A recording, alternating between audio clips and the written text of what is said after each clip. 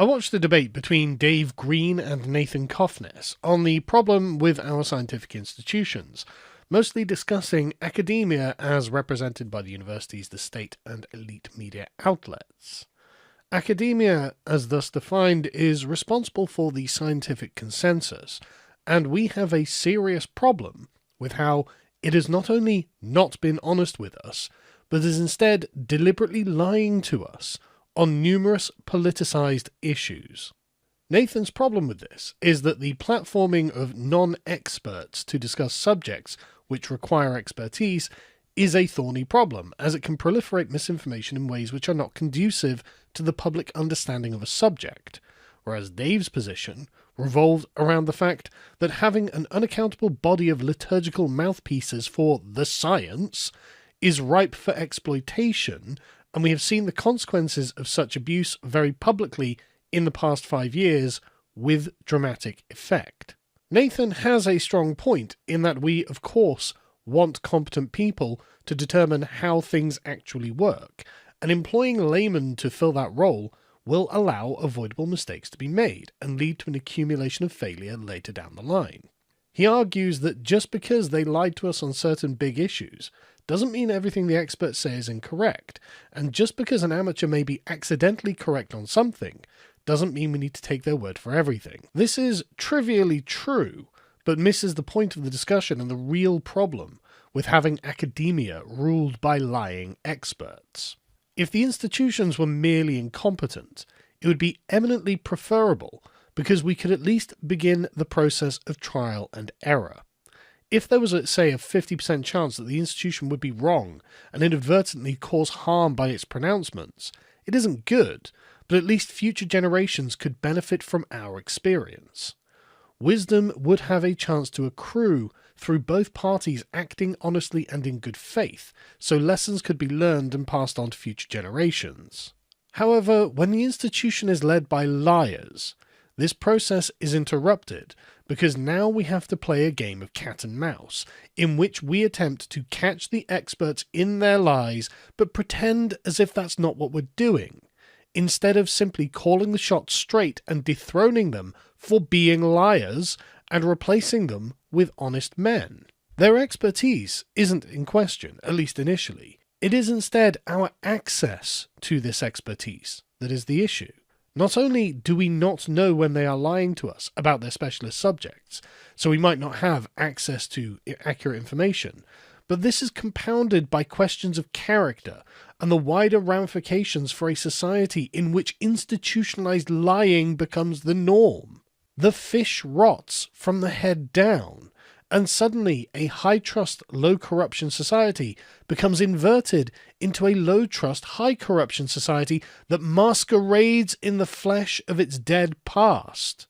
We are the experts, they say, and our expertise can be trusted. So not only do they lie to us, they lie to themselves, because the knowledge they do possess begins to depart from reality and takes on the form of an orthodoxy, drawing the institution further away from its intended purpose. If the institutions are permitted to be run by liars, and the experts routinely lie about major issues of high moral significance, why should we not expect that they might begin lying about issues of less pressing moral significance?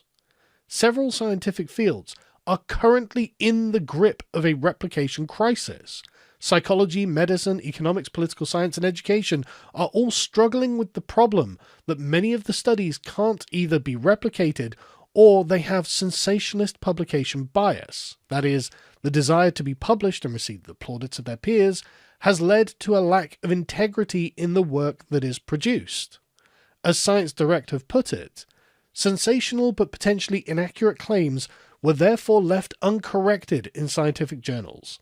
The accumulation of inaccurate research findings can cause harm when the literature leads professionals to use interventions that are unlikely to benefit their clients and or they may not have at their disposal the effective interventions necessary for positive client outcomes. In other words, a lack of scrupulous scientific practices are already creating an environment in which just ignoring the result is producing a cumulative weakness in the edifice of science itself. Not only are we arriving at the same position we might be at with the incompetent institutions led by honest people, but we are also burdened with the disadvantage of having them led by liars instead.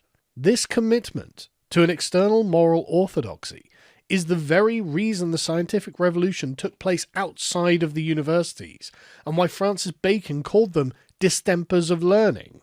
The scholastic obsession with faulty doctrine ensured that true learning and progress could not be made. The commitment to dogma compounded until eventually the institutions became worthless anyway. Moreover, in our particular circumstance, if the institution is governed by people who will happily lie for political gain, why should people beneath them not simply lie for convenience? The lie has been shown to be an acceptable thing in some circumstances, and it seems inevitable that it will be expanded for other circumstances based on the disposition of the liar. Put simply, if the institution cannot be trusted on some things, it means they cannot be trusted on anything. We do not know whether the people running it are telling the truth, lying for political gain, or lying because they didn't really do the work. The problem is that when people who run scientific institutions decide that they are going to prioritize moral questions that lay outside of the scope of science, they have also found themselves in a position where they can leverage one to satisfy the other. If they dedicate themselves to upholding something external using the power of the institution, then the institution itself becomes suspect because its purpose is no longer truth, it is orthodoxy. Moreover, politics is the management of power, so anyone who wields power must have external mechanisms through which they can be held accountable.